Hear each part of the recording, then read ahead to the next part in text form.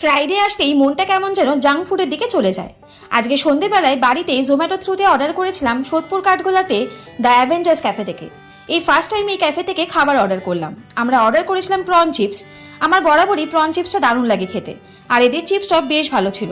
সব থেকে বড় কথা, প্যাকেজিংয়ের জন্য একটুও নেতিয়ে যায়নি। রেটিং দেবে 9 আউট অফ 10।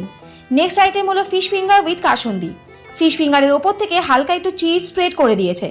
ফিশ ফিঙ্গারের স্টাফিংয়ে খুব বেশি মাছের টেস্ট বা ফ্লেভার কোনোটাই ছিল না, তবে মাস্টার সস দিয়ে খেতে খুব একটা মন্দ লাগেনি। রেটিং দেবো 6 আউট অফ 10। নেক্সট আইটেম হলো ক্রিসপি চিলি বেবিকর্ন। দেখে যতটা স্পাইসি লাগছে, খেতে ঠিক ততটাই সুইট। টমেটো সসের ফ্লেভারটা এত বেশি ছিল তাই টেস্টটা মিষ্টি হয়ে গেছে। বেবিকর্নের মধ্যে ক্রিসপি ব্যাপারটাও ছিল না, তাই রেটিং দেবো 5 আউট অফ 10।